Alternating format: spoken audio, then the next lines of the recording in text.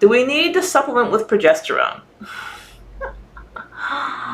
So, the answer is, I personally do not take and have not taken progesterone for any menopausal anything, and I don't recommend it.